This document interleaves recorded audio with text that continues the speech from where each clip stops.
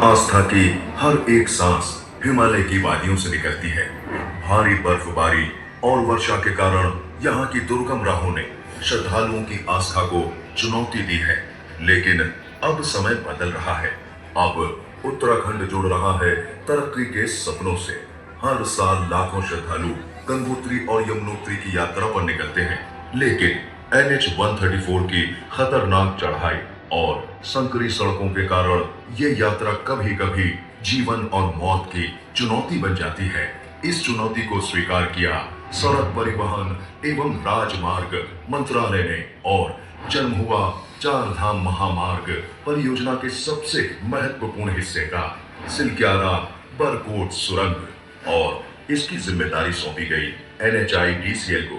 ये सुरंग 4.531 किलोमीटर लंबी है, जो रानी टॉप के नीचे से गंगोत्री और यमुनोत्री को हर मौसम में जोड़ने का कार्य करेगी। इसके निर्माण से 25 किलोमीटर की दूरी मात्र 4.5 किलोमीटर में पूरी की जा सकेगी, जिससे यात्रा अवधि में 45 मिनट की कमी आएगी, जिससे न केवल समय बचेगा बल्कि यात्रा सुरक्षित और सुविधाजनक हो जाएगी। इस परियोजना की कुल लागत रुपए 1384 करोड़ है।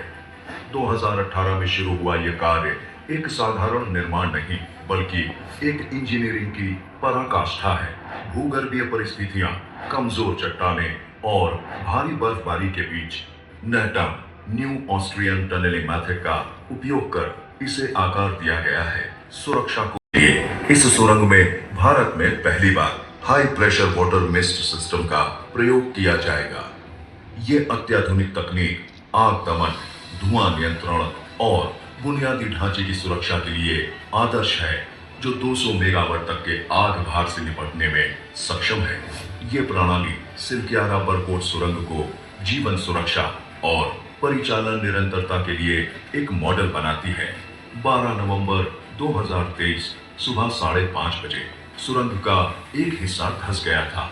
41 मजदूर अंदर फंस गए। ये केवल एक इमरजेंसी नहीं, बल्कि एक परीक्षा थी इंसानियत की, तकनीक की और हिम्मत की।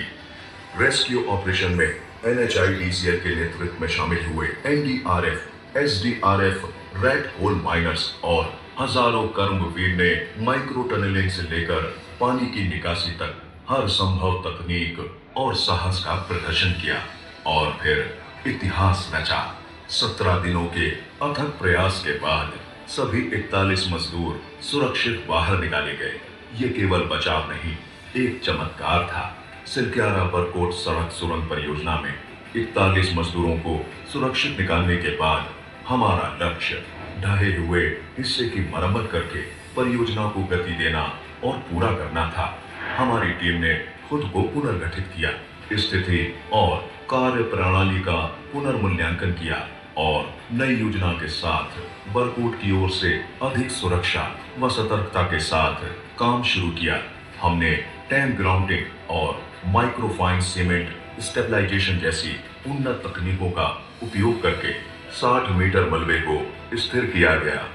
ढहे हुए हिस्से को 3 ड्रिफ्ट्स बाएं, दाएं और मध्य में बांटकर सावधानी पूर्वक ड्रिफ्ट्स एक्सकेवेशन का काम शुरू किया गया। साथ ही मलबे के अंदर की टनल के फेस पर जमे हुए 11 करोड़ लीटर पानी को डीवाटरिंग तकनीक उपयोग करके पानी बाहर निकालना पड़ा, जिसमें काफी चुनौतियां आई। के दौरान ढहे हुए हिस्से से बार बार ढीला मलबा आता था, लेकिन हमने सावधानी से ड्रिफ्ट एक्सकेवेशन का काम पूरा किया गया। इतनी कठिन चुनौतियों को पार करते हुए आज सिलक्यारा बरकोट सुरंग का आर पार ब्रेक थ्रू होने जा रहा है, जो NHIDCL की पूरी टीम के अथक प्रयासों, माननीय प्रधानमंत्री श्री नरेंद्र मोदी जी के दूरदर्शी नेतृत्व और सड़क परिवहन एवं राजमार्ग मंत्री श्री नितिन गडकरी जी के कुशल मार्गदर्शन, अनगिनत कर्मवीरों की सतत मेहनत एवं अद्भुत इंजीनियरिंग के समन्वय से ये संभव हो पाया है। सिलक्यारा बरकोट सुरंग आस्था से विकास की ओर एक दृढ़ कदम। आशीर्वाद से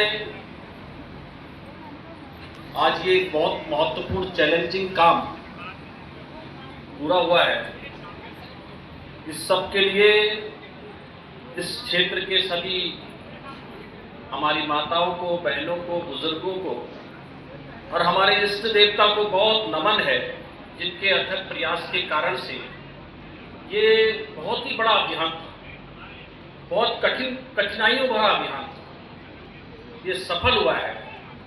और इस सफलता के लिए मैं माननीय मुख्यमंत्री जी को भी बहुत बधाई देता हूँ।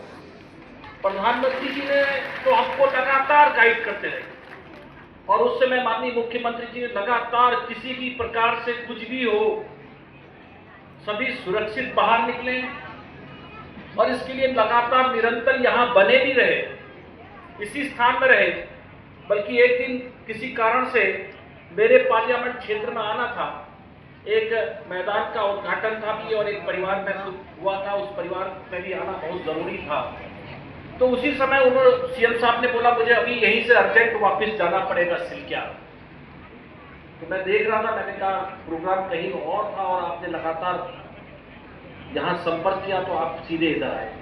मैं इसके लिए माननीय मुख्यमंत्री जी को बहुत बधाई देता हूँ, आपके एफर्ट से और प्रधानमंत्री जी के आशीर्वाद से और गडकरी जी के बहुत ही विशेष सहयोग से और तत्कालीन राज्य मंत्री आदरणीय वीके सिंह जी, वो भी यहीं बने रहे, अभी वो गवर्नर हैं, वो जहाँ भी मेरी आवाज़ वहाँ उन तक पहुँचेगी, तो मैं उनको भी बहुत बधाई देता हूँ, बहुत शुभकामनाएं देता हूँ। और इसके लिए मैं सबसे ज़्यादा बधाई जो हमारे NHIDCL है उसके MD कृष्ण कुमार जी और उनकी पूरी टीम, उसमें अमरेंद्र जी भी यहाँ पर उपस्थित हैं और भी हमारे नीचे यहाँ इंजीनियर, और उससे भी सबसे ज़्यादा जो अभी भी हमने यहाँ पर को ब्रेक थ्रो किया, आर पार किया, तो आर पार करते समय भी जो उस पॉइंट के 250-300 मीटर ही दूर थे, जबकि हम 2.5 किलोमीटर दूर थे, तब भी यहाँ तक इतनी हलचल थी, कितनी कठिनाइयों में वो लोग काम करते हैं। मैं ऐसे सभी श्रमिक बंधुओं को